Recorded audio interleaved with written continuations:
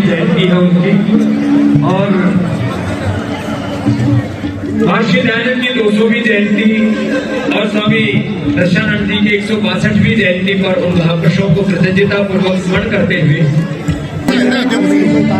जय जय श्री राम, भारत माता की, भारत रामदेव की, बोले भारत माता की।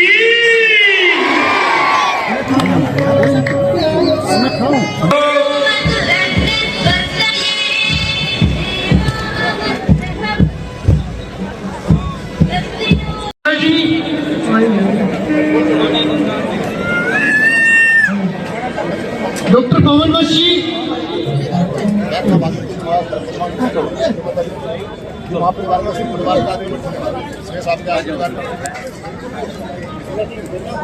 डॉक्टर आइए भाई साहब, थोड़ा सा जल्दी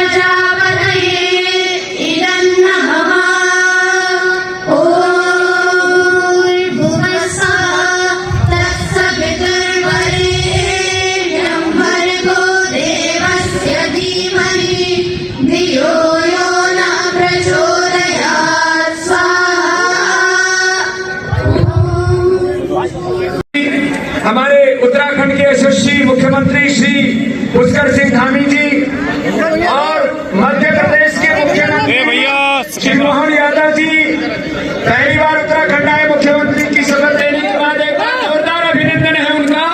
हमारे श्री अर्जुन मेघवाल जी, हमारे सभी श्रद्धेय महापुरुष श्री सुधांशु जी, प्रभात जी जो हमारे गुरुकुलीय परंपरा के गौरव हैं, बोलते रहेंगे। आप भी आए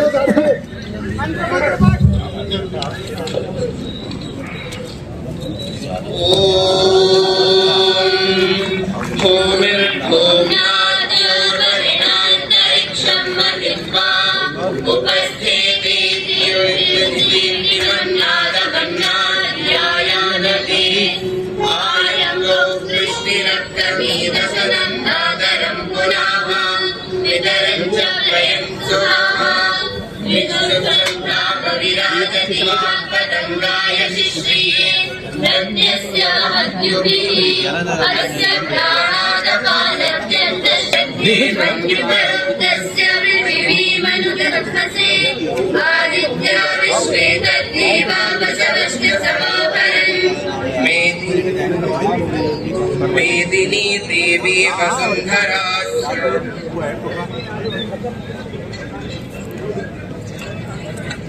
और हमारे मुख्यमंत्रियों को पूज्य स्वामी अतिशरण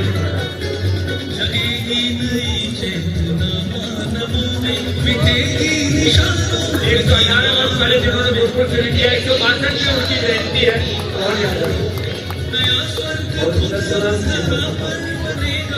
और पूज्य महाराज श्री हमारे मेघवाल जी को और हमारे सुधांशु जी को और उपांत में हमारे यहाँ के जिले के हरिद्वार के सांसद निशंक जी को, वो खुद भी साहित्य के सृजन धर्मा है बहुत बड़े, उनको भी दीजिए। और हमारे पूज्य लक्ष्मण गुरु जी को, पूज्य साध्वी देवप्रिया जी नाम प्रदान करो। और हमारे पूज्य श्रद्धेय युग पुरुष जी को हमारे एक बार उनको हम बहुत बहुत प्रणाम करते हैं और उनको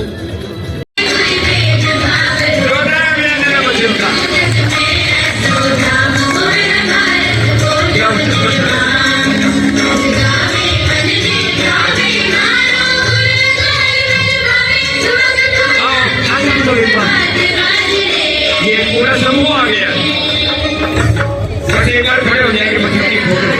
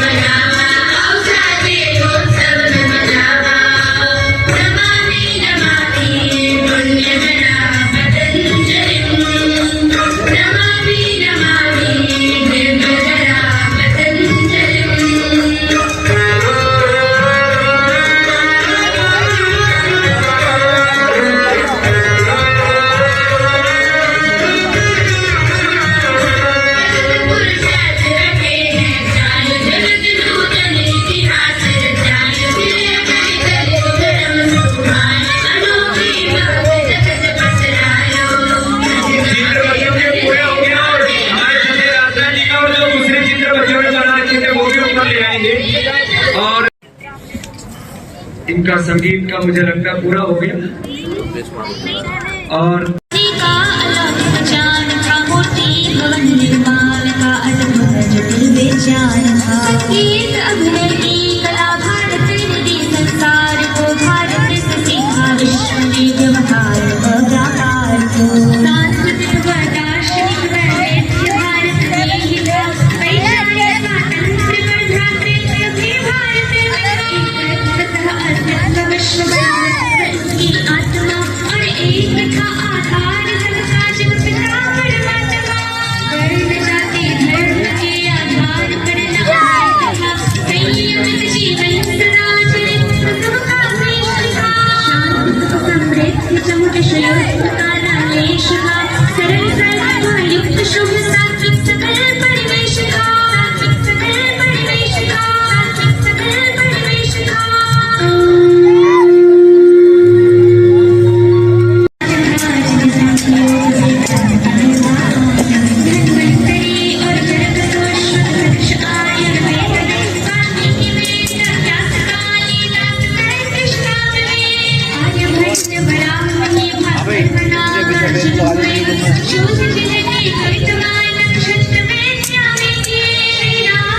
श्री कृष्ण के चरणों से पुल के लिए धरा सोचो भरत और राम का प्राकृत क्या है कह रहा विश्व ने उसे आज भी उतना ही प्रासंगिक ने कहा पार्थ गीता श्री कृष्ण ने जो था दिया भीम अर्जुन भीष्म शत्रुवीर नायक हुए प्रहलाद दुर्लभ कुशील का अभिमन्यु समबालक हुए श्री हरिश्चंद्र आपको जाना है?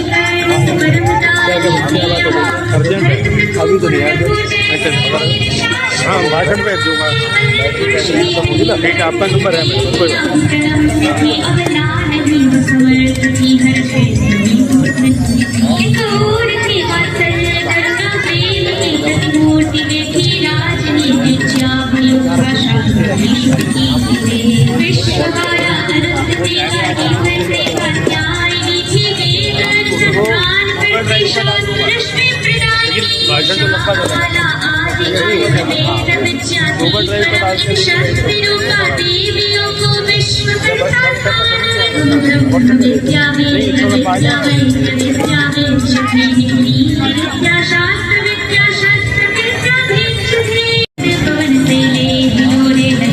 भाषण तो लंबा मोर में सब योग का अभ्यास करते थे सदा प्रशांत अनुशासन सहित कर्तव्य पालन सर्वदा व्यवहार प्रीति पूर्ण और परिवार समृद्ध थे निज कार्य प्रति पुरुषार्थ रत बालक युवान वृद्ध थे विश्व का नेतृत्व भारत ने सदा से ही किया देश प्रियंका हृदय का जगती को दिया ख्याति भारत वर्ष के संसार में सर्वत्र थी ऐसी अतुलनीय कलाज नहीं कभी अनंत जब कोर नभ में आर्य में सूर्य से छा रहे गान चिजय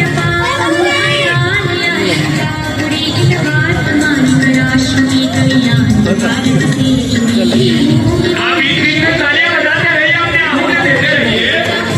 उत्साह बढ़ाते रहिए। शांति भी होगी, दरबार भी हुई है, अपना योगासन भी है,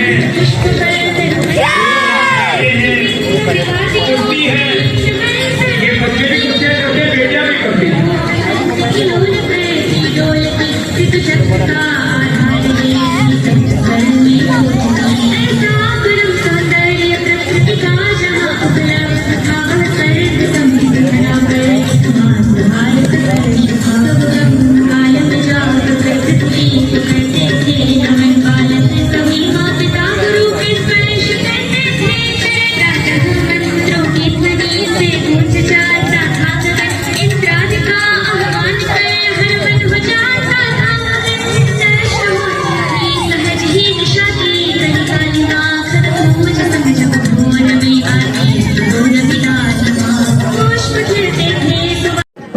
सभी राजनेता राजधर्म और ये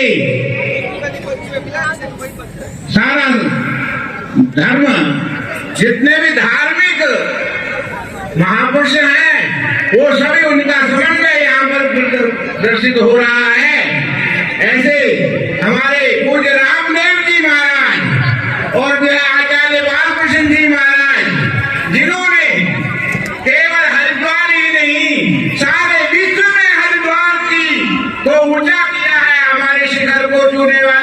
ये महापुरुष आज जो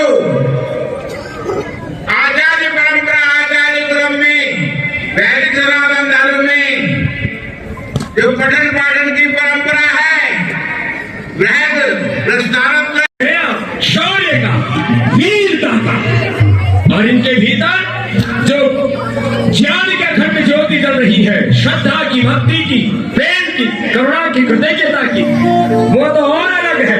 हमारे पूज्य ज्ञानदेव जी महाराज दो शब्द आशीर्वाद के आप भी बोल दो महाराज दो शब्द आशीर्वाद के इसमें क्या है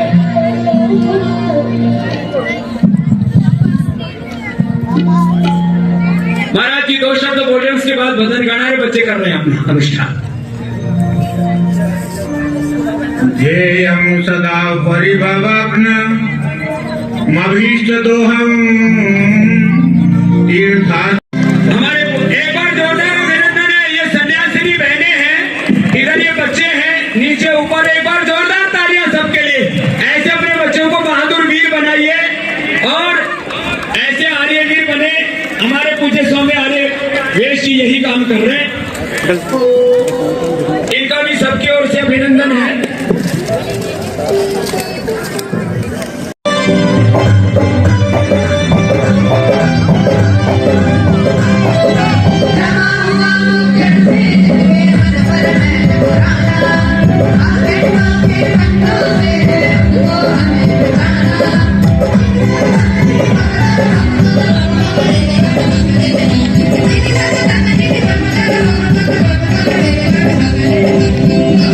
Thank you.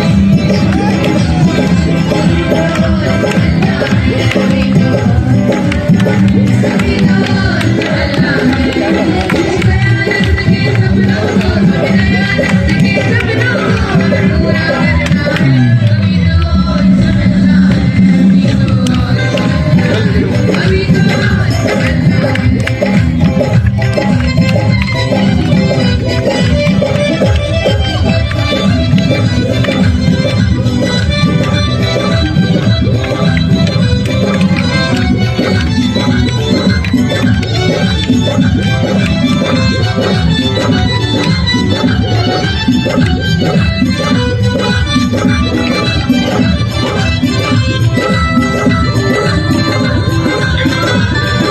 जोरदार ताली तो बजाओ भाई। और मेरे देवाः शांति शांति सर्वगं शांति सा शांति ओम शांति शांति शांति और सत्य सनातन वैदिक धर्म की भारत माता की अब बहुत शांति के साथ है क्योंकि अधिकांश की जय। तो मैं श्रद्धेय राजनाथ सिंह जी से आग्रह करूंगा इस संगीत में दिव्य वातावरण में आप अपने प्रबोधन से आशीर्वाद से हम सबको अनुग्रहित उपकृत करें। एक बार आपकी गणगौर तालियों के बीच में जोरदार तालियों के बीच में मैं देश के रक्षा मंत्री जो हमारे भी रक्षक हैं, सनातन के भी रक्षक हैं, हमारे देश के रक्षा मंत्री हैं, हम बहुत गौरवान्वित हैं उनके आगमन से। और हमारे सब साधु संत महात्मा हमारे बालक नाथ जी सहित हमारी नाथ परंपरा भी योग की बहुत गौरवशाली परंपरा है। आपको बहुत बहुत प्रणाम, धन्यवाद। बाबा को बोलते हुए तो मैंने कई बार सुना था, लेकिन आज भजन गाते हुए बाबा को मैंने पहली बार सुना है। चाहे वो भाषण करते हैं अथवा भजन करते हैं, वो बराबर एक समा बांटते थे। सचमुच आज इस भव्य कार्यक्रम में उपस्थित होकर मैं अपने को जहां पर गौरवान्वित महसूस कर रहा हूं, वहीं पर अपने को मैं कृतार्थ भी महसूस कर रहा हूं। इस कार्यक्रम में उपस्थित श्रद्धेय पूज्य स्वामी परमानंद जी महाराज,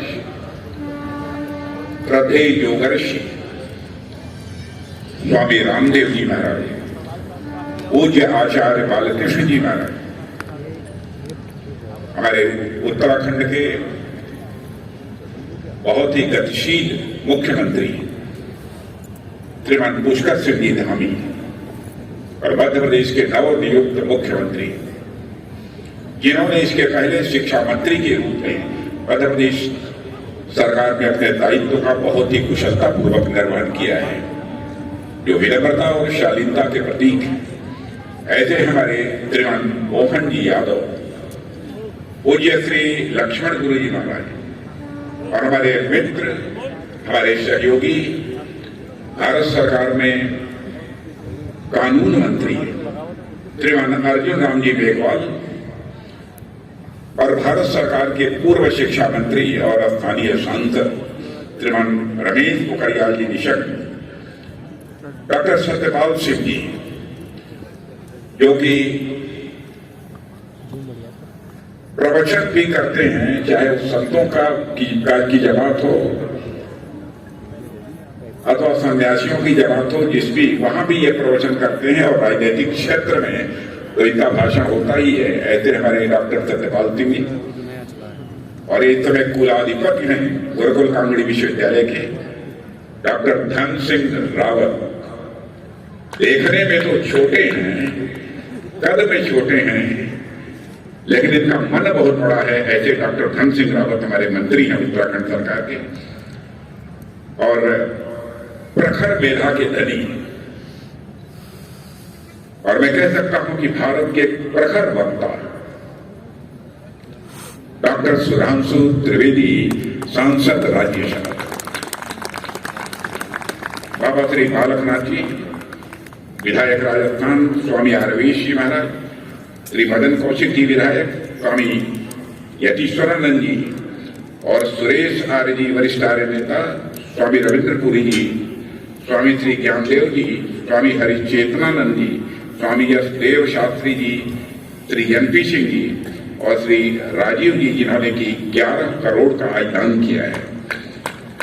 मंचस्थ हमारे सभी श्रद्धेय संत वृंद, सम्मानित महानुभाव, हमारे जो संत हमारी दाहिनी तरफ बैठे हुए हैं और इधर भी हमारे कुछ संत बैठे हुए हैं, सारे संतों के चरणों में शीश झुकाकर मैं उन्हें प्रणाम करता हूं। गुरुकुल के आचार्य, छात्र एवं छात्राएं और कार्यक्रम में उपस्थित अन्य सभी मेरे सम्मानित बहनों एवं भाइयों, स्वामी दर्शनानंद गुरुकुल महाविद्यालय की इस पुण्य भूमि पर आज सभी आचार्यों, गुरुओं व उनके शिष्यों और आप सभी बहनों भाइयों के बीच उपस्थित होकर मुझे बेहद प्रसन्नता हो रही है। सर्वप्रथम मैं इस ऐतिहासिक गुरुकुल से जुड़े हुए सभी व्यक्तियों को गुरुकुल के गौरवशाली 118 वर्ष का इतिहास पूरा करने पर मैं तहे दिल हार्दिक बधाई देता हूं। बहनों भाइयों, स्वामी दर्शनानंद जी के विचारों और उनके आदर्शों पर स्थापित यह महाविद्यालय जिस प्रकार शिक्षा के तीर्थ के रूप में काम कर रहा है वह अपने आप में प्रशंसनीय है। मैं इस गुरुकुल के संस्थापक स्वामी दर्शनानंद जी को उनकी जयंती के पावन अवसर के पर मैं नमन करता हूं। उनकी जयंती के शुभ अवसर पर पतंजलि योगपीठ ट्रस्ट ने इस नवीन गुरुकुल के निर्माण की आधारशिला रखने का जो संकल्प लिया है, उस संकल्प की पूर्ति के लिए भी मैं अपनी हार्दिक शुभकामनाएं देता हूं। देवियों व सज्जनों, जब भी गुरुकुल परंपरा का जिक्र आता है तो हमारे जीवन में इतिहास के झरोखे स्वाभाविक रूप से खुल जाते हैं कि कैसे एक समय भारत में गुरु शिष्य परंपरा थी, जहां शिष्य एक निश्चित आयु तक गुरु के आश्रम में जाकर उनकी सेवा करते हुए शिक्षा ग्रहण करते थे। यह गुरुकुल की परंपरा शिक्षार्थी को शिक्षा तो प्रदान करती ही थी, लेकिन साथ ही साथ समाज में शुचिता और नैतिकता का समावेश भी करती थी। और मैं समझता हूं कि यह गुरुकुल भी उसी लक्ष्य को प्राप्त करने की दिशा में प्रयत्नशील है और उसमें उसे कामयाबी हासिल होगी ही। देवियों व सज्जनों, आप सब तो जानते ही हैं, भारत में सनातन धर्म के संस्कारों में गोत्र की व्यवस्था बहुत ही महत्वपूर्ण मानी जाती है। इस देश में सप्त ऋषियों के नाम के आधार पर गोत्र का प्रचलन प्रारंभ हुआ। उदाहरण के लिए, यदि कोई यह व्यक्ति कहे कि हमारा गोत्र भारद्वाज है, तो इसका अभिप्राय यह है उसकी पहचान ऋषि भारद्वाज से जुड़ी हुई है। हम सब किसी भी धार्मिक अनुष्ठान के दौरान या महत्वपूर्ण धार्मिक कार्यों के दौरान भी गोत्र को वरीयता देते हैं। शादी ब्याह में भी गोत्र की पहचान की जाती है, और जब हम इस गोत्र व्यवस्था की जड़ तक जाते हैं तो हमें पता चलता है कि यह भी इस देश के ऋषियों, मनीषियों और गुरुओं की ही देन है। सनातन धर्मावलंबियों की पहचान ही यह गुरुओं के नाम पर आधारित है। और देवियों सज्जनों, गुरु की प्रशंसा आपको भारत के हर शास्त्र में मिल जाएगी, चाहे कोई भी शास्त्र क्यों न हो। इस देश में ईश्वर तक के अस्तित्व पर एक बार वाद विवाद हो सकता है, लेकिन किसी भी शास्त्र में आपको गुरु के अस्तित्व पर कोई मतभेद कभी भी न देखने को मिला होगा, और मैं आश्वस्त हूं न भविष्य में कभी देखने को मिलेगा। भारत में हर शास्त्र, हर धर्म और हर पंथ गुरु के महत्व को स्वीकार करता है। गुरु के महत्व को सबने माना है। गुरु शिष्य की बहुत ही हमारे यहाँ विशिष्ट परंपरा रही है, और हमारे देश में वो आज भी कायम है। यह वह देश है जहाँ गुरुवाणी और गुरु ग्रंथ को भी यह ईश्वर का दर्जा दिया जाता है। तो शिष्य के नाम पर ही पूरा पंथ प्रारंभ हो जाता है। आप लोग जानते हैं कि हमारे देश में जो सिख धर्म है वह शिष्य शब्द से ही यह निर्मित है। भारत में कई सारे ऐसे धर्म और संप्रदाय हैं जो गुरुवाणी के आधार पर ही कायम हैं।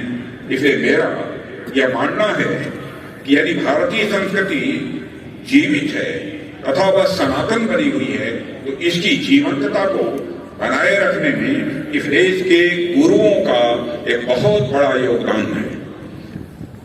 देवियों व सज्जनों, हमारी संस्कृति ईश्वर की महत्ता से भी ज्यादा गुरुओं की महत्ता को स्वीकार करती है। ऐसा है हमारा यह भारत देश। रामचरितमानस में गोस्वामी तुलसीदास जी तो यहां तक लिखते हैं कि गुरु बिन भव निधि तरई न कोई, जो विरंची शंकर सम होई। अर्थात भले ही कोई ब्रह्मा और शंकर के समान ही क्यों न हो, लेकिन गुरु के बिना वह भव सागर को किसी भी सूरत में पार नहीं कर सकता है। देवियों और सज्जनों, इस संस्कृत की अवधारणा तो यह है कि संसार में मनुष्य को जन्म भले ही माता पिता देते हैं, लेकिन मनुष्य जीवन का सही अर्थ गुरु कृपा से ही यह प्राप्त होता है। भारत में इसी गुरुकुल परंपरा ने भारत को शिक्षा के केंद्र के रूप में सारे विश्व में स्थापित किया। आप ध्यान दीजिए कि आज से लगभग 1000-1500 साल पहले तक इस देश में कितने बड़े बड़े विश्वविद्यालय थे जहां गुरुकुल परंपरा प्रचलित थी। तक्षशिला विश्वविद्यालय से लेकर विक्रमशिला विश्वविद्यालय होते हुए नालंदा विश्वविद्यालय तक इस देश में अनेक ऐसे शैक्षणिक संस्थान थे जिन्होंने शिक्षा की ऐसी अलग जगाई थी जिसे समूचा विश्व ही दीप्तमान हो उठा, जहां दर्शन, गणित, विज्ञान, चिकित्सा शास्त्र, कला आदि विद्याओं का ज्ञान भी दिया जाता था। साथियों, उसके बाद की स्थिति आप सभी जानते हैं। इस प्रकार से इस देश में शैक्षणिक गुलामी की एक लंबी श्रृंखला प्रारंभ हुई। आप लोगों ने मैकाले का नाम सुना होगा। मैकाले एक ब्रिटिश अधिकारी था जिसको ब्रिटेन से भारत इसलिए भेजा गया था ताकि वह भारतीयों को मानसिक रूप से वह गुलाम बनाया जा सके। आप कल्पना करके देखिए कि जिस भारत ने दुनिया को वेद जैसे उत्कृष्ट साहित्य दिए, मानव जीवन के गहन दर्शन पर आधारित श्रीमद् भागवत गीता और उपनिषद दिए, जिस भारतीय संस्कृति ने दुनिया को चिकित्सा विज्ञान से संबंधित शरक संहिता और सुश्रुत संहिता दिया, और जिस संस्कृति ने दुनिया को भाषाशास्त्र और आर्यभट्ट जैसे संगीतज्ञ दिए, उस संस्कृति का वहां के साहित्य के बारे में मैकाले ने एक बार टिप्पणी की थी कि यूरोप की लाइब्रेरी की एक अलमारी भारत के पूरे साहित्य संग्रह से भी श्रेष्ठ है। यह बात मैकाले ने कही। उसके बाद एक रणनीतिक तरीके से मैकाले ने हमारी पूरी शिक्षा व्यवस्था का गला घोटकर एक ऐसी शिक्षा प्रणाली उसने विकसित की थी कि उसने हमारी गुरुकुल व्यवस्था को लगभग समाप्त के कगार तक पहुंचा दिया। उस दौर में ऐसी शैक्षणिक प्रणाली विकसित हुई जिसमें हमारे युवाओं को ऐसी शिक्षा प्रदान की गई जो इस देश की सांस्कृतिक भावना के अनुकूल नहीं थी। न जाने हमारी कितनी पीढ़ियों ने भारतीय संस्कृति को इंफीरियर मानते हुए शिक्षा ग्रहण की। इस इंफीरियरिटी का कुछ ऐसा कॉम्प्लेक्स था, एक ऐसा भाव था कि हम सिर्फ राजनीतिक रूप से ही नहीं बल्कि मानसिक रूप से भी गुलामी के शिकार होते गए। विदेशी आक्रमणकारियों ने जिस शिक्षा व्यवस्था को लागू कराया उसमें भारत को हिकारत भरी नजरों से देखा गया। देवियों और सज्जनों, जब इस देश में ऐसा माहौल तैयार हुआ था, उस समय उस अंधकार के खिलाफ ज्योति जलाते हुए स्वामी दर्शनानंद जी ने इस गुरुकुल की स्थापना करके जो प्रकाश फैलाया, उससे आज तक मैं मानता हूं कि हमारी युवा पीढ़ी यह लगातार प्रकाशित हो रही है। और वर्तमान में भी यह जो समय चल रहा है तथा विदेशी संस्कृति के अंधानुकरण से समाज में जिस प्रकार के नैतिक मूल्यों का ह्रास हो रहा है, उसे देखते हुए आवश्यक है कि सारे गुरुकुल आगे आए और समाज में नैतिक मूल्यों का वह समावेश करें। हमें आधुनिक शिक्षा की जरूरत है, इस बात से कतई इनकार नहीं किया जा सकता।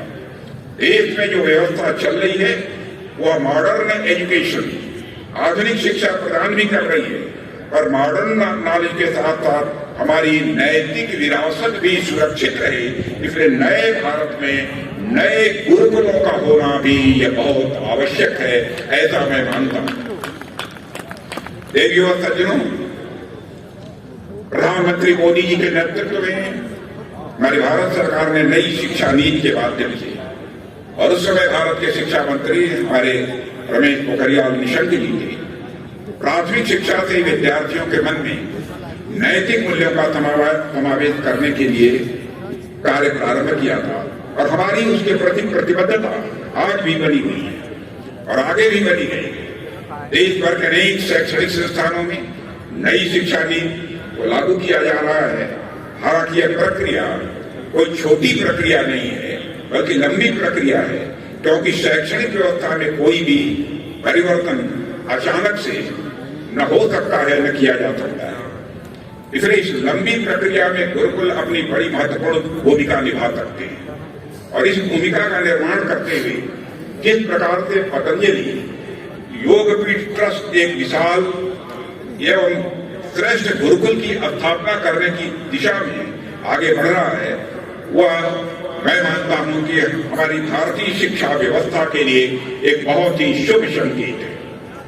देवियों व सज्जनों, आमतौर पर गुरुकुल का जिक्र आते ही हमारा ध्यान शिक्षा की प्राचीन पद्धतियों पर चला जाता है। कुछ लोग तो आज भी किसी नदी किनारे किसी कुटी में गुरु और शिष्यों की सभा को ही वह गुरुकुल समझ लेते हैं। गुरुकुलों को विशुद्ध रूप से यज्ञ और तप आदि से यह जोड़कर देखते हैं। आज भी मैं मानता हूं कि यह सब बातें सही है।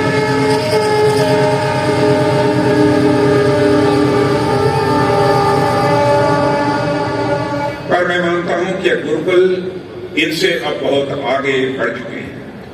गुरुकुल की मॉडर्न और स्टेट ऑफ आर्ट भी हो रहे हैं और जिस प्रकार की सोच में बाबा रामदेव की देखता हूं, यह भी गुरुकुल मॉडर्न भी होगा और स्टेट ऑफ द आर्ट भी होगा, ऐसा मेरा पक्का विश्वास है। यह गुरुकुल स्वयं इस बात का एक बहुत बड़ा उदाहरण है। इसलिए अब बदलते भारत और साथ ही बदलते समय की यह मांग है कि गुरुकुल पारंपरिक शिक्षा के साथ साथ स्वयं को इमर्जिंग और कटिंग एज टेक्नोलॉजी जैसे आर्टिफिशियल इंटेलिजेंस, क्वांटम टेक्नोलॉजी जैसे क्षेत्रों में भी यह आगे बढ़ाएं। और बाबा रामदेव जी से मंच पर बैठे मैं आर्टिफिशियल इंटेलिजेंस और साथ ही साथ क्वांटम टेक्नोलॉजी के बारे में बात कर रहा था। उन्होंने कहा कि इसकी भी शिक्षा हमारे यहाँ दी जा रही है। यह जानकारी प्राप्त करके मुझे बेहद खुशी हुई है। न सिर्फ इस क्षेत्र में स्वयं को आगे बढ़ाएं, बल्कि मैं तो यहाँ तक कहूंगा कि गुरुकुल आने वाले समय में आर्टिफिशियल इंटेलिजेंस आदि टेक्नोलॉजी से भी आगे की वस्तु है। केवल आर्टिफिशियल इंटेलिजेंस तक अपने को सीमित न रखें, उसी की टेक्नोलॉजी तक भी ही सीमित न रखें, बल्कि वह आगे की भी सोचें और ऐसी टेक्नोलॉजी, ऐसी तकनीक डेवलप करें जो राष्ट्र को इस सेक्टर में बाकी देशों से आगे ले जाने का काम करे, बाकी देशों से अग्रणी भारत को बनाए। और मेरी ये शुभेच्छा है कि गुरुकुल इस क्षेत्र में भारत के बाकी शैक्षणिक संस्थानों के लिए मार्गदर्शक की भूमिका अदा करेगा, ऐसा मेरा विश्वास है। और आने वाले समय में गुरुकुल एक बार फिर से भारत और भारतीय संस्कृति का प्रतिनिधित्व करें और भारत की नई पहचान बने, यह हमारी इच्छा है। साथियों, वर्तमान परिस्थितियों के हिसाब से यदि देखें तो सांस्कृतिक विकास में गुरुकुल की भूमिका बेहद महत्वपूर्ण हो जाती है। जब हम काशी विश्वनाथ कॉरिडोर बना रहे हैं, जब हम उज्जैन के महाकालेश्वर धाम में इंफ्रास्ट्रक्चर डेवलपमेंट पर काम कर रहे हैं और भव्य वहां पर मंदिर बना रहे हैं उज्जैन में महाकालेश्वर का, जब हम इस देश के सारे तीर्थ स्थलों को जोड़ने का प्रयास कर रहे हैं, जब हम इस देश में भव्य राम मंदिर का निर्माण कर रहे हैं, तो इसका यह बिल्कुल भी नहीं है कि हमारा ध्यान सिर्फ सांस्कृतिक स्थलों के इंफ्रास्ट्रक्चर डेवलपमेंट पर ही है, बल्कि ये सब चीजें तो महत्वपूर्ण हैं ही, इसलिए की भी जा रही हैं, लेकिन हम इससे भी कहीं आगे की सोच रखते हैं। हम सांस्कृतिक संरक्षण यानी कल्चरल प्रिजर्वेशन से भी आगे सांस्कृतिक संवर्धन यानी कल्चरल डेवलपमेंट की दिशा में भी काम कर रहे हैं, ताकि हमारे आने वाली पीढ़ियां इस देश की संस्कृति पर गर्व कर सकें। और मेरा विश्वास करिए, इस दिशा में इस देश के गुरुकुल अपनी बहुत ही बड़ी महत्वपूर्ण भूमिका निभाने वाले हैं भविष्य में, मैं ऐसा मानता हूं। आज इस स्थान पर आकर मेरा विश्वास और अधिक पक्का हो गया। देवी और सज्जनों, मैं इस मंच से बाबा रामदेव और आचार्य बालकृष्ण का आभार व्यक्त करता हूं। जब मैं आपको दोनों को देखता हूं तो मुझे एक बात याद आती है।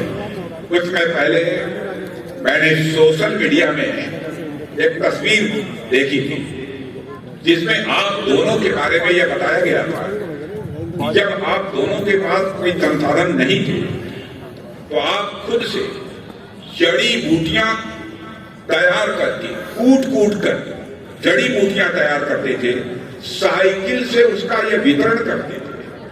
और वहां से जो सफर आप लोगों का शुरू हुआ वह इतनी बड़ी मंजिल तक पहुंचा है, यह अपने आप में केवल जो मौजूद हैं उन्हीं के लिए नहीं बल्कि स्वयं के लिए, पूरे भारत के लिए यह एक प्रेरणा का स्रोत है।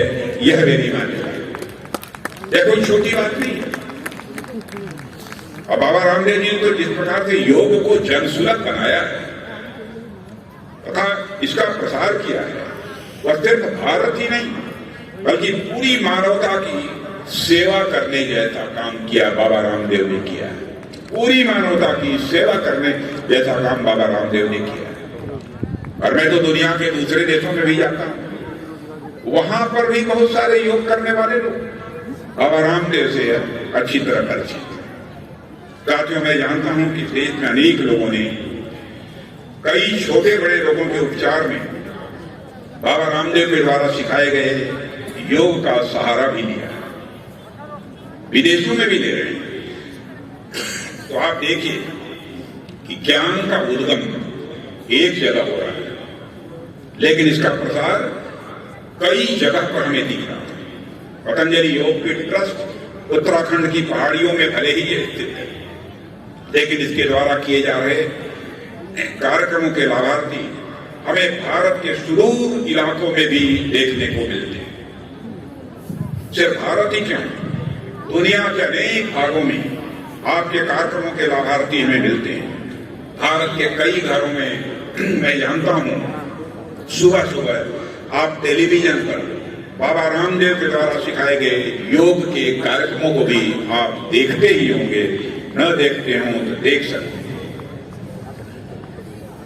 देवी और सज्जनों, वेद जहां तक योग का प्रश्न है, वैसे तो यह बहुत गूढ़ विद्या है, बड़ी कठिन चीज है, लेकिन उसको जिस सरलता से जनमानस तक बाबा रामदेव पहुंचा रहे हैं वह अपने आप में प्रशंसनीय है। और देवी और सज्जनों, बाबा रामदेव जी को इसके लिए मैं साधुवाद देता हूं। बाबा रामदेव जी ने सैकड़ों वर्ष पुरानी हमारी योग परंपरा को व्यवहारिक रूप में जिस तरीके से जनमानस के सामने रखा है वह कोई छोटा काम नहीं है।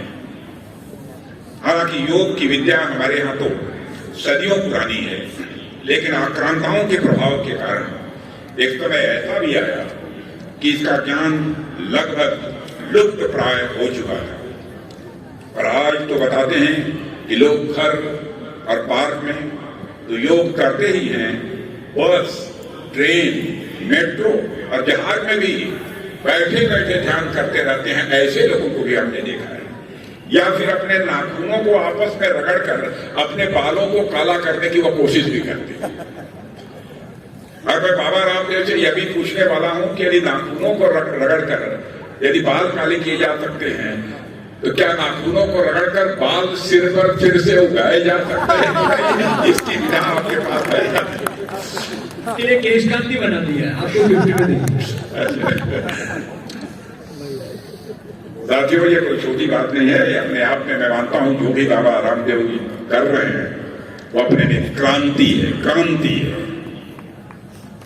और इसलिए बाबा रामदेव जी की विशेष क्षमता है कि उन्होंने इतनी पुरातन व्यवस्था को आधुनिक समाज के हिसाब से मॉडिफाई करके, परिवर्तन करके जनता तक पहुंचाया। देवियों और सज्जनों, आज योग भारत के घर घर तक पहुंचा है। उसमें बाबा रामदेव का बहुत बड़ा योगदान है। बाबा रामदेव, मैं पुनः आपका अपनी तरफ से अभिनंदन करता हूं। कई बार आपने लोगों के मुंह से यह कहते हुए भी सुना होगा कि अकेला आदमी परिवर्तन नहीं ला सकता, एक अकेला चना भाड़ नहीं फोड़ सकता। लेकिन बाबा रामदेव इस मुहावरे के विपरीत कार्य करते हुए अकेले योग के क्षेत्र में एक क्रांतिकारी परिवर्तन ला रहे हैं। और साथियों, हम भारतवासी जिस भी दर्शन या वस्तु का प्रतिपादन या निर्माण करते हैं तो हम सिर्फ अपने लिए नहीं करते, बल्कि हम पूरी मानवता के लिए करते हैं। हम वसुधैव कुटुंबकम, the whole world is a family, पूरा विश्व ही हमारा परिवार है कि अवधारणा पर चलने वाले लोग हैं। हमारे लिए पूरी दुनिया एक परिवार है। हम यदि अपने परिवार के कल्याण के लिए किसी दर्शन का प्रतिपादन करते हैं तो इसका पेटेंट करवा कर नहीं रखते कि इस दर्शन का प्रतिपादन हमने किया है, इसलिए यह हमारे लिए है, इसका प्रयोग होगा, परिवार के लिए होगा, हमारे देश के लिए होगा। ऐसा हम पेटेंट करा कर नहीं रखते और न ही हम योग के लाभार्थियों से कोई पैसे चार्ज करते हैं। हमारा तो पूरा विपुल ज्ञान भंडार है, हमारा तो पूरा विपुल ज्ञान भंडार है। समझ जो भी हमारा ज्ञान भंडार है वह सारा विश्व को समर्पित है। आज हर वर्ष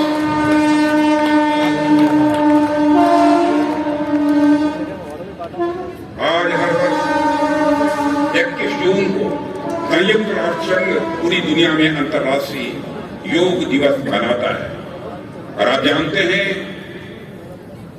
इस बात को मैं दोहराना नहीं चाहता, संयुक्त राष्ट्र संघ में हमारे प्रधानमंत्री मोदी जी ने जिस प्रकार से इस योग को मान्यता दिलाई है, उसकी जितनी भी सराहना की जाए बहनों भाइयों वह कम है। जो योग केवल भारत तक ही सीमित समझा जाता था, आज पूरी दुनिया उसे न केवल स्वीकार कर रही है बल्कि अपने दैनिक जीवन का उसे हिस्सा बना रही है। अंत में मैं आप लोगों से अपने मन की बात भी कहना चाहता हूं। आप सब तो जानते ही हैं, देव भाषा संस्कृत का हमारे साहित्य में कितना महत्वपूर्ण स्थान है। योग जैसा महत्वपूर्ण दर्शन भी महर्षि पतंजलि ने संस्कृत में ही लिखा। भारत में जो विशाल गुरु परंपरा रही है, उनका भी संस्कृत के संवर्धन में बहुत बड़ा योगदान रहा है। लेकिन साथ ही साथ संस्कृत से एक चिंताजनक बात यह भी जुड़ी रहती है कि इसको पढ़ने, लिखने व बोलने वाले लोग लगातार हमारे देश में और दुनिया में कम होते जा रहे हैं। देव भाषा की यह स्थिति देखकर कभी कभी मन व्यथित होता है, मन को बहुत पीड़ा भी होती है। इसलिए आप सभी आचार्यों व गुरुओं के बीच मैं एक सामान्य व्यक्ति के रूप में एक सुझाव रखना चाहता हूं कि जिस प्रकार से आप योग जैसी कठिन विधा को भी इतनी सुलभता के साथ जनता को बाबा रामदेव आप लोग पहुंचा रहे हैं, उसी प्रकार आप देव भाषा संस्कृत के संबंध में भी कोई प्रयास करें। और मुझे पूरा विश्वास है कि आपकी तरफ से प्रयास होगा, उसमें आपको सफलता निश्चित रूप से मिलेगी। संस्कृत कोई सामान्य भाषा नहीं, संस्कृत एक वैज्ञानिक भाषा है। अब मैं इसकी विशेषताओं पर विस्तार में जाकर चर्चा करने का कोई इस समय औचित्य नहीं समझता, लेकिन संस्कृत भाषा का बहुत ही महत्व है। दुनिया के कई ऐसे प्रकांड विद्वान हैं जिन्होंने कि केवल मनुष्य को ही समझने के लिए नहीं, केवल किसी देश को समझने के लिए नहीं, बल्कि पूरी प्रकृति और पूरे होल यूनिवर्स को, पूरी सृष्टि को समझने के लिए उन्होंने संस्कृत के ग्रंथों का अध्ययन किया। मुझे पूरा विश्वास है कि देश के गुरु ऐसी भूमिका निभाएंगे जो देश के बाकी शैक्षणिक संस्थानों के लिए वह अनुकरणीय बनेंगे।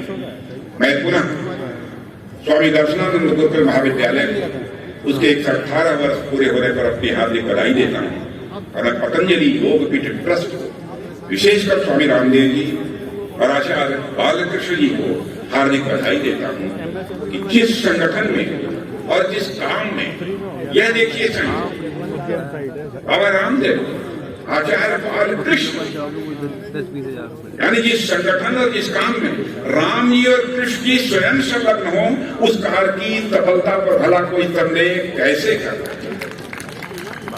मैं आपके गुरुकुल के इस पवित्र प्रोजेक्ट के लिए अपनी ढेर सारी शुभकामनाएं देता हूं और अंत में यही पर अपनी बात को मैं समाप्त करता हूं और आप सभी के प्रति आभार व्यक्त करता हूं कि आपने इस महत्वपूर्ण दिन पर इस कार्यक्रम में भाग लेने के लिए मुझे आमंत्रित किया है। आप सबको बहुत बहुत धन्यवाद। एक बार फिर से बहुत बहुत अभिनंदन श्रद्धेय राजनाथ जी का। और अब क्योंकि अब मैं हमारे सुधांशु जी जो अच्छे प्रवक्ता भी हैं, वक्ता भी हैं, आदरणीय उपासक सुधांशु त्रिवेदी जी से अनुरोध करूंगा उद्बोधन भी। और ये खाली वक्ता प्रवक्ता ही नहीं, हमारे बहुत बड़े योद्धा भी हैं। भारत के इतिहास, भारत के गौरवशाली इतिहास के साथ भारत के वर्तमान के सामर्थ्य और भारत के भविष्य के क्या हमारे संकल्प हैं उनको मुखर स्वर देते हैं। एक बार जोरदार अभिनंदन होना चाहिए आपके घरघोर तालियों से। हमको भाई ये माड़ी माड़ी ताली बजाना पसंद है, खाड़ी ताली बजा। मंच पर विराजमान पूज्य स्वामी रामदेव जी, जिन्होंने भारतीय संस्कृति को युगानुकूल परिवेश में स्थापित करने में एक युगांतकारी भूमिका निभाई है। समकालीन भारतीय राजनीति के सर्वाधिक सम्मानित नेताओं में से एक भारत के रक्षा मंत्री आदरणीय राजनाथ सिंह जी आज तो वो रक्षा का दायित्व निभा रहे हैं। मेरा जब 3 दशक पूर्व उनसे परिचय हुआ था तो इसी वैदिक संस्कृति के उत्थान के दायित्व का श्री गणेश कर रहे थे जब उन्होंने वैदिक गणित की शुरुआत शिक्षा मंत्री के रूप में कल्याण सिंह जी के मंत्रिमंडल में किया था। पूज्य आचार्य बालकृष्ण जी, उत्तराखंड के यशस्वी और युवा मुख्यमंत्री आदरणीय श्री पुष्कर सिंह धामी जी, मध्य प्रदेश के नवनियुक्त मुख्यमंत्री श्री मोहन यादव जी, जिनको मुख्यमंत्री बनाकर प्रधानमंत्री मोदी जी ने ऐसी मोहनी विद्या चली है कि मुख्यमंत्री तो मध्य प्रदेश में बने, छक्के उत्तर प्रदेश तक महसूस हो रहे हैं। और बिहार में भी वो जैसे आना में कहते हैं ना, एक का मारे दुई मर जावे, तीसरा खौफ खान मर जाए, तो वो परिस्थिति है। भारत सरकार के न्याय मंत्री आदरणीय श्री अर्जुन मेघवाल जी, स्वामी यतीश्वरानंद जी, युग पुरुष स्वामी परमानंद जी, धन सिंह जी, सतपाल सिंह जी, डॉक्टर रमेश पोखरियाल निशंक जी, पूज्य लक्ष्मण जी, आदरणीय बाबा बालकनाथ जी, स्वामी आर्यवेश जी, स्वामी प्रणवानंद जी, राजीव जी, यशदेव शास्त्री जी, आज हम सब यहां जब एकत्र हैं तो एक अद्भुत संयोग। देखिए, ये धर्म का क्षेत्र है और कर्म के प्रतिनिधि के रूप में मुख्यमंत्री और रक्षा मंत्री जी हमारे मध्य उपस्थित हैं और स्थान है भारत की 7 मोक्षदायिनी नगरियों में से एक हरिद्वार। तो मैं कह सकता हूं धर्म, कर्म और मोक्ष की वह त्रिवेणी आज इस स्थान पर हमें दिखाई पड़ रही है और एक अलग सुखद अनुभूति करती है। मैं पूज्य स्वामी रामदेव जी का इस बात के लिए बहुत प्रशंसक हूं कि उन्होंने जब वैदिक संस्कृति और वैदिक शिक्षा को युगानुकूल परिवेश में प्रस्तुत किया तो उन्होंने नाम पातंजलि योग पीठ ही रखा। उन्होंने कोई नया नाम देने का प्रयास नहीं किया। अर्थात आज की युवा पीढ़ी, जिसमें हमारे जमाने के भी लोग थे, वो ऋषि पतंजलि का नाम तो जानते थे पर उन्हें अक्सर जानकारी नहीं होती थी। किसी को नहीं पता होता था कि सांख्य दर्शन कपिल मुनि ने दिया, न्याय दर्शन गौतम ऋषि ने दिया, तो योग दर्शन पातंजलि ऋषि ने दिया। परंतु आज पातंजलि का नाम आते ही सबको स्वतः योग ध्यान आ जाता है। और योग ऐसा योग है जो सिर्फ शरीर के योग से शुरू होकर परमार्थ तक योग बनाता है। और आप देखिए कि जिस अभियान का प्रारंभ स्वामी जी ने किया था, आज वो इस सीमा तक पहुंचा कि जब हमारी सरकार बनी 2014 में, तो प्रधानमंत्री श्री नरेंद्र मोदी जी ने जब अंतर्राष्ट्रीय योग दिवस का प्रस्ताव किया संयुक्त राष्ट्र संघ में, तो 170 से अधिक देश उसके समर्थक नहीं बने, दूसरे प्रस्तावक बने, जो यूनाइटेड नेशंस की हिस्ट्री में आज तक नहीं हुआ।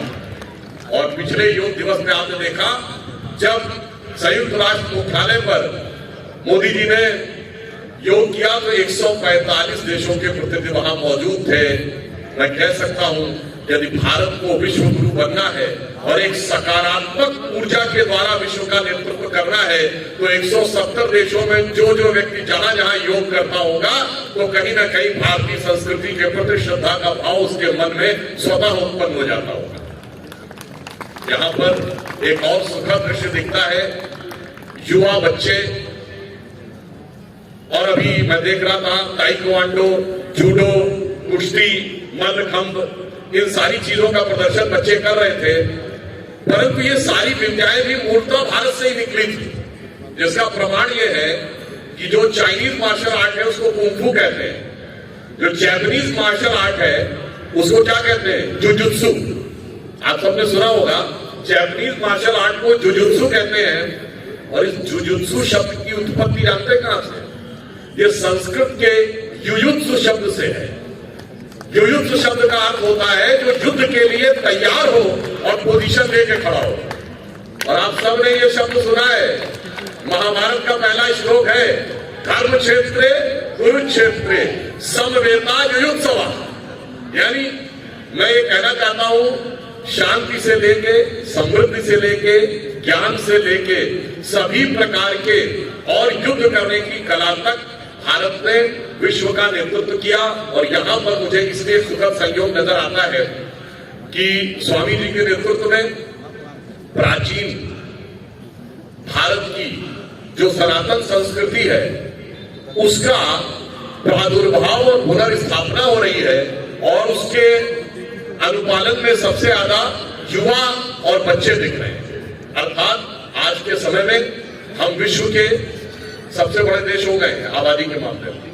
Now we are the biggest country, और हम यंगेस्ट कंट्री भी हैं, क्योंकि युवा आबादी सबसे ज्यादा हमारे यहाँ है। पर यह सिर्फ सत्य नहीं है, यह तो आत्म सत्य है। पूर्ण सत्य यह है कि we are the youngest country and the oldest civilization. यानी सबसे हम युवा देश हैं और सबसे प्राचीन सभ्यता है, और यहां पर उस युवा और प्राचीन दोनों का समन्वय नजर आ रहा है। अर्थात हमारे एक गौरवशाली भूतकाल का भी दृश्य दिख रहा है और स्वर्णिम भविष्य की संभावनाएं भी दिख रही हैं। तो यहां पर उपस्थित साधु संतों और युवा बच्चों को एक साथ देखकर मेरे मन में, इस गुरुकुल में देखकर यह भाव उत्पन्न होता है कि गौरवशाली था भूत, भविष्य भी महान है, अगर संभाले आप उसे जो वर्तमान है। और मैंने सुना था कि यहां पर एक कोई पीपल का वृक्ष है जिसके नीचे बैठकर, प्रभात जी बता रहे थे कि जिसके नीचे बैठकर 6 महीने शास्त्रार्थ हुआ। तो हमारे यहाँ गुरुकुल में इस बात की भी एक परंपरा थी कि किसी भी चीज को सिर्फ कहने से स्वीकार नहीं किया जाता था, शास्त्रार्थ करिए, एक पक्ष रखिए, दूसरा पक्ष रखिए। और शास्त्रार्थ मानती थी पूज्य स्वामी दर्शनानंद जी। जब इन्होंने अंतिम श्वास ली, उनसे गांव में थे हाथरस में, तो पहले दिन उन्हें डोरा बटवाया, मैं कल मैं जा रहा हूं, किसी के मन में शंका हो आज ही आकर के शास्त्रार्थ कर लो। इतने बड़े महापुरुष थे जाने से पहले। तो पूज्य स्वामी जी ने उसका विवरण बताया। अब मैं बताना चाहता हूं, आज पूरी दुनिया में जो एक संघर्ष का वातावरण है उनमें समन्वय कहां से बन सकता है। इस समय अंग्रेजी का नया साल शुरू हुआ है 5-6 दिन पहले, परंतु आपको पता है ये जो ग्रेगोरियन कैलेंडर है जो ज्यादातर क्रिश्चियन कंट्रीज में माना जाता है, ये एक सोलर कैलेंडर यानी सौर पंचांग जो सूर्य की गति के द्वारा निर्धारित होता है। इसीलिए इसमें हमेशा एक ही दिन पड़ती है, 1 जनवरी को ही शुरू होता है ये साल, और क्रिसमस 25 दिसंबर को ही पड़ता है। दूसरी तरफ जो दूसरा पंचांग है वो चंद्र पंचांग, यानी ज्यादातर मुस्लिम कंट्रीज में अडॉप्ट किया जाता है, वो चंद्रमा की गति से निर्धारित है। इसलिए उसमें दिन अलग अलग पड़ते हैं, मगर इतने अलग पड़ जाते हैं कि आपने देखा होगा कभी ईद गर्मी में पड़ती, कभी जाड़े में पड़ती। मगर जो भारतीय पंचांग है, हमारा हिंदू पंचांग है, वो जानते क्या है? वो चंद्र पंचांग है, मगर वो कैलिब्रेट होता है हर 4 साल में एक बार सौर्य पंचांग के साथ, जिसे 4 साल में एक बार पुरुषोत्तम मास आता है, अधिक मास या फल मास कहते हैं। इसलिए आप देखते हैं होली दिवाली अलग अलग तिथि को पड़ती है, मगर रेंज वही रहती है, मार्च के महीने में ही पड़ती है। अर्थात हमारा पंचांग बताता है कि दुनिया में समन्वय हम ही करके दिखा सकते हैं। ना हम ये मानते हैं कि यही सत्य है, और ना हम मानते हैं वो सत्य है, हम दोनों के बीच में सामंजस्य करके दिखा सकते हैं। इसलिए मैं सिर्फ ये कहना चाहता हूं कि इस समय भारत एक नए स्वरूप में आगे बढ़ रहा है। प्रधानमंत्री श्री नरेंद्र मोदी जी ने कहा कि एक अमृत काल है और अभी अमृत काल का पहला ही साल गुजरा है, यानी अमृत काल का उषा काल गुजरा है और भारत जिस शक्ति के साथ आगे बढ़ रहा है, एक हफ्ते के बाद उत्तरायण सूर्य आने वाला है और मुझे पूर्ण विश्वास है कि भारत का भी सूर्य उत्तरायण की तरफ जाने वाला है। सूर्य उत्तरायण में होंगे और उधर सूर्यवंशी भगवान राम प्राण प्रतिष्ठा के साथ भव्य मंदिर में स्थापित भी होंगे। जय श्री राम। और ऐसा अद्भुत संयोग बना है कि हम दुनिया की सबसे बड़ी इकोनॉमी, फास्टेस्ट ग्रोइंग इकोनॉमी नहीं बने। आपने देखा कल ग्लोबल टाइम्स में मोदी जी की तारीफ कर दी। भाई इसका मतलब यह हो गया जो दुश्मन है वही मानने लगा भारत रोज सही दिशा में जा रहा है और अब इसका मतलब भारत का आने वाला समय किसी के द्वारा रुकने वाला नहीं है। और अंत में मैं सिर्फ ये कहना चाहूंगा, आज हम हिमालय के प्रांगण में बैठे हैं। जब हम अभी मैकाले की शिक्षा व्यवस्था की बात सिंह साहब कर रहे थे, ये मैकाले और मार्क्स के मनोरोग हमारे दिमागों में भर गए हैं। इससे हमें मुक्त होना है। इसका सबसे बड़ा मनोरोग जानते क्या है? वो ये है कि हम एक देश थे ही नहीं, ये तो बाहर से आके काबिले बसे, उन्होंने मिलकर हमें एक देश बना दिया। जिसे हम बचपन में एक शेर सुनते थे ना, सर ज़मीन हिंद पर अक़वाम आलम के फिराक काफिले बसते गए हिंदुस्तान बनता गया। हमारा देश ये नहीं था। हमारा देश क्या था? जो हिंदी के प्रख्यात कवि जयशंकर प्रसाद जी ने कहा है, हिमालय के आंगन में प्रथम उसे किरणों का दे उपहार, उषा ने हंस अभिनंदन किया और पहनाया ही रखा। अर्थात यहीं से सभ्यता जन्मी और जगे हम लगे जगाने, विश्व लोक में फिर फैला आलोक, व्योमतम पुंज हुआ तब नष्ट, निखिल संस्कृति हो उठी अशोक। यानी संपूर्ण जगत को हमने एक नई दिशा दी और आज भी हम वो नई दिशा देने के लिए उद्यत हैं। और अंत में मैं एक वाक्य और कह दूं, उसी संस्कृति सभ्यता के द्वारा, उसी वैदिक सभ्यता और संस्कृति के द्वारा जिसने सदैव विश्व को नया मार्गदर्शन दिया है, स्वामी जी जिसको एक नए युगानुकूल परिवेश में स्थापित कर रहे हैं, वही सिर्फ भारत के कल्याण के लिए नहीं, विश्व के कल्याण का भी मार्ग प्रशस्त करेगा। अटल जी की वो प्रसिद्ध कविता थी, हिंदू तन मन हिंदू जीवन रग रग हिंदू मेरा परिचय, उसी के अंतिम छंद से मैं समाप्त करता हूं। जो आज दृश्य दिख रहा है यही भविष्य का विराट रूप लेगा, जो बीज रूप में दिख रहा है। मैं अखिल विश्व का गुरु महान, मैं अखिल विश्व का गुरु महान, देता विद्या का अमर दान, मैंने दिखलाया मुक्ति मार्ग, मैंने सिखलाया ब्रह्म ज्ञान। मेरे वेदों का ज्ञान अमर, मेरे वेदों की ज्योति प्रखर, मानव के मन का अंधकार क्या कभी सामने सका ठहर। मेरे स्वर नभ में गहर गहर, सागर के जल में छहर छहर, इस कोने से उस कोने तक कर सकते जगती सौरभ में। हिंदू तन मन हिंदू जीवन रग रग हिंदू मेरा। और आश्वस्त रहिए, भारत मां अंगड़ाई लेती, सुप्त चेतना जाग रही, ऋषि मुनियों की देव धरा फिर अपना रूप संवार। धन्यवाद। भारत माता की एक बार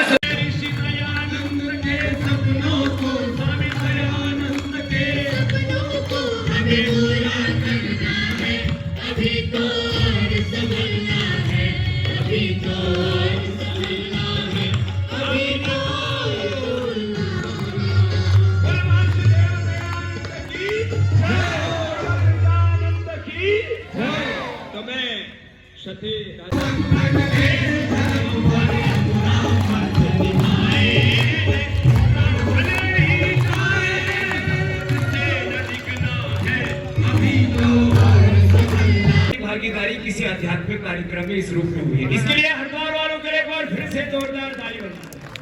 पूरे देश में दुनिया में तो हमने जागरण किया और हमारे जैसे हमारे श्रद्धेय राजनाथ जी ने कहा, हमारे रक्षा मंत्री जी ने, सर्वभूता हि देवता क्लेशोऽधिकतरस्तेषाम् अव्यक्ता सत्यचेतसाम् अव्यक्ता हि गतिर्दुःखम् देहवतीरवाप्यते ये तु सर्वाणि कर्माणि मयि सन्न्यस्य मत्परा अनन्येन योगेन मां ध्यायन्त उपासते तेषामहं समुद्धर्ता मृत्युसंसारसागरात् भवामि न चिरात् पार्थ मय्यावेशितचेतसा मय्येव मनाधस्व मयि बुद्धिं निवेशय निवासस्यसि मय्येव अतः ऊर्ध्वं न संशयः। ॐ श्री परमात्मने नमः। अथ षोडशोऽध्यायः। श्रीभगवानुवाच अभयं सत्त्वसंशोधे ज्ञानयोगव्यवस्थितिः दानन्दमश्च यज्ञश्च स्वाध्यायस्तपःर्जवम् अहिंसा सत्यमक्रोधः त्यागः शान्तिरपैशुनम् दया भूतेष्वलोलुप्तं मार्दवं नीरजापरम् तेजः समाधृतिः शौचम् अद्रोहो नातिमानिता भवन्ति सम्पदं दैवीम् अभिजातस्य भारत दम्भो दर्पोऽभिमानश्च क्रोधः पारुष्यमेव च अज्ञानं चाभिजातस्य पार्थ सम्पदमासुरीम् दैवी सम्पदि मोक्षाय निबन्ध